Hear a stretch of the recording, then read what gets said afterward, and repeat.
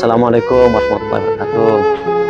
Kita ada di hari yang keempat di bulan Ramadan dan kita memulai membaca surat Yasin dan alhamdulillah sudah terbiasa insya Allah ya membaca surat Yasin menjelang tidur, karena mudah-mudahan kita mendapatkan ampunan dari Allah Subhanahu wa taala.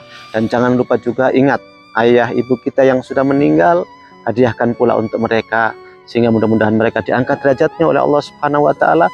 Kalaupun mereka masih punya kesalahan-kesalahan, mudah-mudahan dosanya diampuni oleh Allah Subhanahu wa taala dan mudah-mudahan Allah menempatkan mereka di tempat yang mulia. A'udzubillahi minasyaitonirrajim. Yasin. Para ulama berbeda pendapat tentang makna daripada Yasin. Ada yang mengatakan ya insan, wahai manusia. Kemudian ada juga yang mengatakan Yasin salah satu nama Al-Qur'an.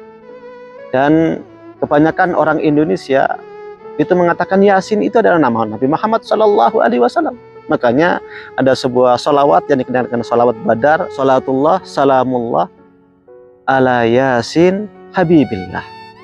Atas Yasin, yaitu Nabi Muhammad SAW, Habibillah, kekasihnya Allah Subhanahu wa taala.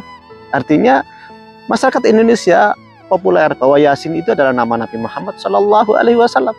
Namun kalau kita lihat misalnya di dalam tafsir Departemen Agama, kita dianjurkan untuk tidak memastikan, tapi kita akan aja Allahu a'lam. Allah yang lebih tahu maknanya. Dan ini tantangan untuk kaum Quraisy pada saat itu. Mereka orang Arab, Quran juga berbicara dengan Arab, tapi mereka tidak bisa memahami apa makna Yasin yang sesungguhnya. Karena itulah maka para ulama biasanya Allahu a'lam. Allah yang lebih tahu artinya tentang makna Yasin. Tapi nggak salah juga kalau ada yang mengatakan bahwa Yasin itu adalah Nabi Muhammad SAW, karena ayat setelahnya pun berbicara tentang Nabi Muhammad SAW. Karena itu perbedaan itu terjadi, biarkan aja perbedaan. Kalau kita yakini Yasin adalah Nabi Muhammad, nggak ada masalah juga. Dan jangan dipersalahkan juga. Kalau ada yang mengatakan Yasin Allahu a'lam, silahkan juga, nggak ada masalah. Kemudian setelah Yasin, Allah kemudian bersumpah, wal Qur'anil Hakim, demi Quran yang penuh dengan hikmah, demi Al-Quran yang penuh dengan hikmah. Para ulama menyatakan kalau Allah bersumpah ya sesuai dengan kehendak Allah Subhanahu wa taala. Apa yang menurut Allah bagus, pasti Allah bersumpah dengannya. Nah, bagi kita manusia tentu kalau sumpah jangan menggunakan selain nama Allah Subhanahu wa taala. Dan biasanya Allah kalau bersumpah dengan sesuatu, maka menandakan sesuatu itu sangat penting. Maka di sini Allah mengatakan wal Qur'anil Hakim, demi Al-Qur'an yang penuh dengan hikmah. Berarti Al-Qur'an ini sangat-sangat penting. Seperti yang pernah kita bahas, Al-Qur'an itulah sumber kehidupan kita. Al-Qur'an itu sumber kehidupan kita. Dan surat Yasin itu jantungnya Al-Qur'an. Karena itulah maka kalau Allah sudah bersumpah dengan wal Qur'anil Hakim, perhatikan Al-Quran. Rasapilah maknanya yang penuh dengan hikmah. Sehingga dengan semakin dekat Al-Quran, maka kita akan semakin bijaksana dalam hidup ini. Mengetahui apa yang boleh kita makan, apa yang nggak boleh kita makan. Mengetahui bagaimana kita hidup, bagaimana cara hidup. Mengetahui kemana kita akan pergi. Sehingga insya Allah kita akan lebih bijak dalam menyikapi kehidupan.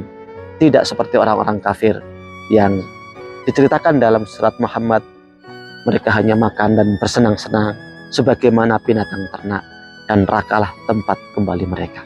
Kita akan bijak, hidup ini hanya sementara. Ibarat orang yang ada di rest area, dia nggak terlena dengan berbagai macam sarana prasarana di rest area, karena dia hanya sebentar di situ dan akan pergi. Rasulullah SAW menggambarkan kehidupan saya di dunia ini seperti pengembara yang berteduh di bawah pohon sebentar, kemudian berangkat lagi. Kalau di awal Ramadan kemarin kita bahas, manusia itu awalnya nggak ada. Kemudian Allah ciptakan, artinya Allah menghidupkannya. Kemudian Allah mematikannya dengan dicabutnya ruh dari jasadnya. Kemudian nanti akan menghidupkannya lagi. Maka sadarilah, itu perjalanan hidup kita, bijaklah. Dan agar lebih bijak, dekatlah pada Al-Quran. Karena wal Qur'anil Hakim, Al-Quran itu penuh dengan hikmah. Aku qauli hadza wa astaghfirullahi wa lakum. Innahu huwal ghafurur rahim. Wassalamualaikum warahmatullahi wabarakatuh.